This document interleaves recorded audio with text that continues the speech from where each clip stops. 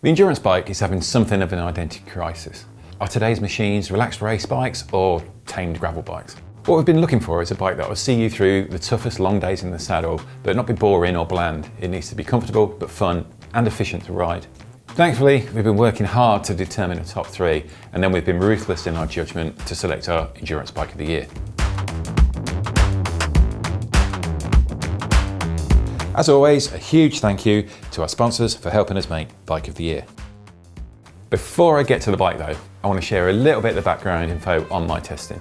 Each bike tested was ridden on my tried and trusted Wiltshire loops, with multiple rides on each bike and some shorter, steeper rides thrown in. There's been plenty of variation to test every aspect of these bikes. An endurance bike, after all, is a popular choice for riders that like to tackle challenging sportives. I'd also like to note for the record that the back end of testing through March was the UK's wettest for 40 years. So the bikes that got through to the podium places can cope with whatever is thrown at them. Without further ado, let's meet our top three endurance bikes of 2023.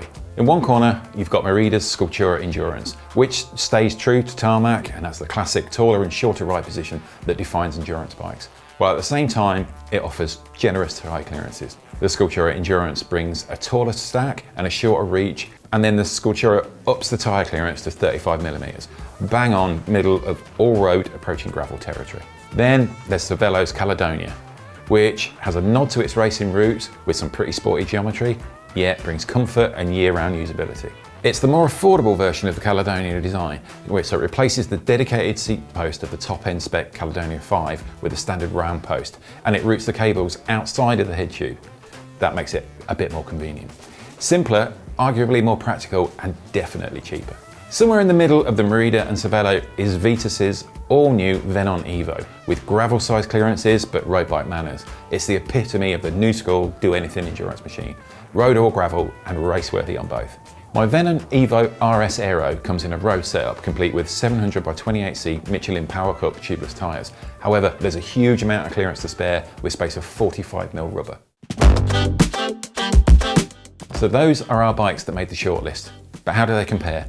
First, let's take a closer look at the frames, geometry and specs. I'll start with frame construction. The Merida Sculptura Endurance frame set eschews the trend for drop seat stays in favour of a more traditional diamond-shaped frame. Merida claims that it can gain the same amount of compliance through material choices, layup and the shaping of the seat stays, seat tube and the carbon seat post, without having to resort to dropping the stays. Merida claims 1,124 grams for the endurance frame in a medium, painted with all the mounts and bosses in place, and 411 grams for the fork with an uncut steerer. Now, it's not the lightest endurance bike platform around. In comparison, Giant's Defy Advanced frame is 920 grams, and Cannondale's latest Synapse is 1,015. But it's certainly no heavyweight either. The most interesting detail on the frame is the disc flat mounts. These are combined with CNC'd alloy cooling fins, a detail it introduced when it first started designing its road bikes with disc brakes. Merida claims that these reduce the brake's operating temperatures by up to 35%, theoretically reducing the chances of overheating with heavy use. Now, Vitus combines a full suite of more than a dozen aero tube profiles in the Venon design, and that's combined with a mix of 4 different carbons: unidirectional, T700, T800 and T1000. The blend of these fibres were used to meet Vitus's goals on stiffness through the head tube, down tube and bottom bracket, which needed to match their ZX1 Aero race bike, whilst allowing for compliance in the seat stay, seat tube and top tube for the comfortable compliance required of the best endurance bikes. The Caledonia weighs in at 1,031 grams for the frame and 432 grams for the fork. The design is inspired by Cervélo's R series, so it gets the same small profile aero shapes to the tubes. Part of what has always made endurance bikes brilliant is the ability to fit wider tyres than on a road race bike. This is a great way to improve comfort, and the Merida and Cervélo do well, both offering space for 35mm rubber. That bumps down to 32 and 31mm if you're running full-length mudguards, but it's still really good. Scoring excellently here, however, is the Vitus, which has space for a whopping 45mm tyre. It allows you to use the Venon as a gravel bike should you wish, and you can't argue with that. Take a look at the scales and it's a clear win for the Vitus Venon. At 8.19 kilos, it easily beats the Caledonia at 8.87 and the Merida at 9.14 kilos. Whilst I'd never expect an endurance bike to be aero, each of these top three take a bit of what's taken into account in the frame design. After all, if you're doing big miles, then efficiency is rather important. With Merida, aero touches come in the form of full internal routing and a hidden seat clamp. The tube profiles are more structural than aero, though the seat tube does cut away to shield the rear wheel, and the fork smoothly transitions into the head tube. Vitus has used slimmed down tube profiles that we first saw on the ZX1 Aero road bike. The head tube is shaped to smoothly transition into the fork crown, and the integrated seat clamp is embedded in an aero-shaped junction, and the seat tube's profile, like the down tube, is very much a truncated airfoil. Cervélo is one of the originators of aerodynamics on road bikes, and the Caledonia certainly follows suit. The drop seat stays, down tube profile, head tube and top tube all come from Cervélo's tube-shaped library, which they started to assemble as long ago as 2010.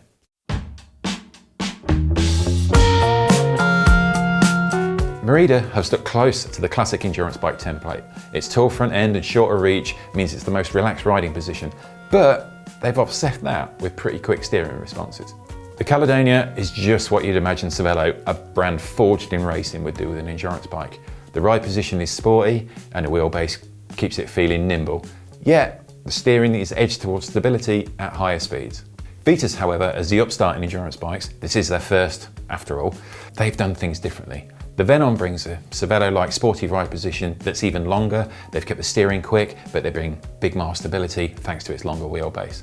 The Venom is the most balanced between fast and forgiving of our top three.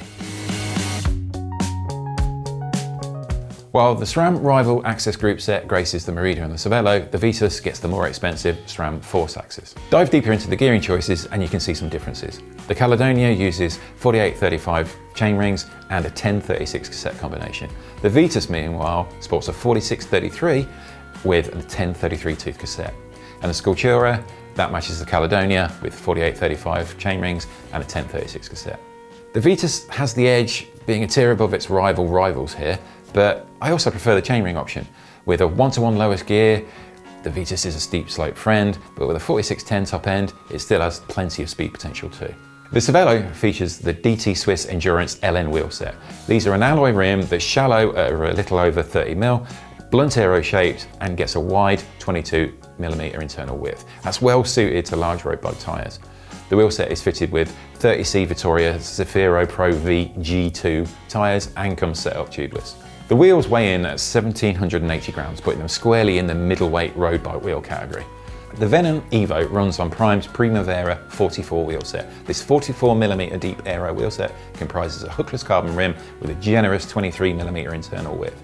At 1,530 grams of pair, including the valves and tape, the Primaveras are competitively light too. The wheels are wrapped in Michelin's Tan Wall Power Cup 28C tyres, which plump up on the 23mm wide rim to a measured 30.9mm. The Merida also uses alloy wheels, and that means it's an easy win for the Vitus with its carbon hoops.